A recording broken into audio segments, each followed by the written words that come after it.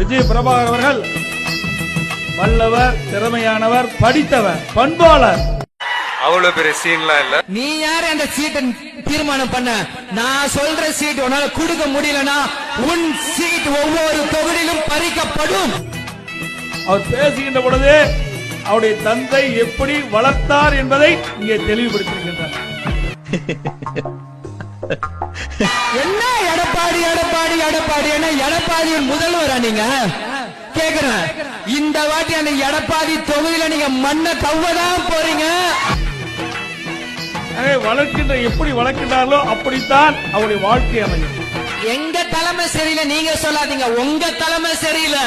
அஇஅதிமுக எடப்பாடி பழனிசாமி அவர்களுக்கு ஏதோ எம்ஜிஆரோ ஜெயலலிதா நினைச்சிட்டு இருக்காங்க. எவ்வளவு கேவலமா நடத்திருக்காங்க. நீங்க என்ன போல போச்சு போயிடுறோம்.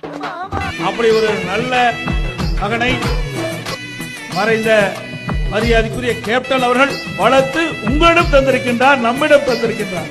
மீண்டும் தேசிய முற்போக்கு திராவிட கழகம் ஆட்சியை பிடிக்குதோ எதிர்கட்சி அமைதோ அஇஅதிமுக ஒரு ஸ்டெப் மேலதான் இருக்கணும் எல்லா இடத்துலயும்.